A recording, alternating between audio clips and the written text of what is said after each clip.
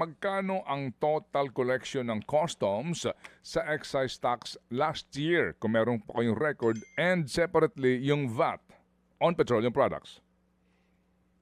Sir, ipunutin ko lang ho, no? Sige sir, hintay po kami. Bali, ang Sa oras na 14 minutes after 8 o'clock, tax po ang ating pinag-uusapan dito. Makinig tayo mabuti kasi po ito ninanakaw nila. Bahagi po. Bali po, ano, bahagi sir, no? ng tax. Okay. ang collection namin, sir, sa duties po, no? For 2025 po, sir, kung maaari po natin, kung maaari po natin. Ang total pong na-collecta ng Bureau of Customs for 2025, no? Pagdating po sa petroleum products is 294 billion, 851 million, 951, 170 po, no? Ang breakdown po niyan, sir, yun pong duties natin, sabi ko nga po, zero. Kaya lang meron po yan mga import processing fees pa. Okay. 726,000 lamang. Okay. Yung ano po, yung value added tax po, 121 billion po ang aming nakolekta. 121.5, rounded ko na lang po. Okay. Tapos yun naman pong excise taxes, 173 billion po.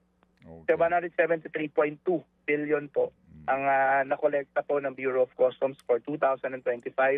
At yung iba pong mga charges namin, nasa mga 44 million point 2 po ang aming nakolekta. Total po ulit ng 294.8 billion pesos. Opo. Sige. So, paano ho kaya ito, attorney, doon po sa doon po sa komplikasyon ng kung aalisin po yung excise tax sa petroleum products sa retail nito, paano magkakaalaman yung huling stock na binayaran na po ng importer vis-a-vis the new stock na wala ng excise tax kung sakasakali?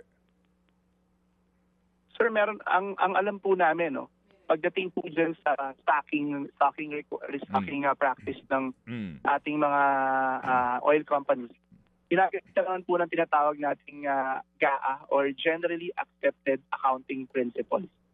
So sa GAA po, madedetermine naman po ng Department of Energy, pwede din po tulungan ng Bureau of Customs if it's imported. Ang problema lang kung may halong local supply. BIR po siguro yung makakatulong din. I think that particular method, pwede naman pong alamin, no, pagbanggaan lang po ng records, kung ilan yung kinakailangan tanggalan, no, ng excise taxes, kung tatamaan po nung reckoning point, no, nung magiging exemption po. Medyo paano nga natin malalaman na yung bibilhin kung petrolyo na wala ng excise tax, no? Yun po yun. Yun ang point of contention kahapon. Doon nagkakaroon, hindi pala ganoon kasimple ito, attorney, no? Totoo po. Naintindihan po namin kasi po, yun nga po, no? Madali pong tanggalin yan at the point of importation. Kumbaga po, kung ang gagawin lang pagdating dito, wala nang VAT, tapos yung same supply na yun din ang ibebenta, memenusan nyo lang ho, no, nung kung magkano yung tinanggal din na buwis sa amin. At the minimum, sir, no, of course, no, and some other factors. Yun lang ho talaga, pagdating ho sa reckoning point. Medyo komplikado ho ng konti yan at kinakailangan ho talaga sigurong magbangga ng mga records, tingnan yung mga, at least may mga financial books naman po ang ating mga oil companies, no?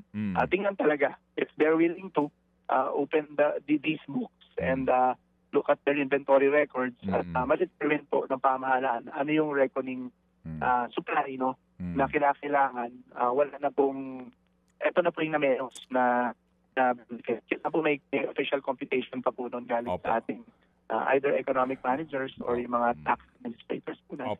Mga kapatid, para sa iba pang mga balita at impormasyon, sundan niyo po kami sa X, Instagram, Facebook at syempre sa TikTok, True Network PH. Mag-subscribe din po kayo sa aming YouTube channel, True Network. May website din po tayo, truenetwork.ph. At pwede nyo rin po kaming mapanood sa Channel 19 ng aming True FM TV. Lagi pa rin makinig sa radyo dito po sa 105.9 True FM dahil dito, laging true sa'yo, kapatid. Ito tayo sa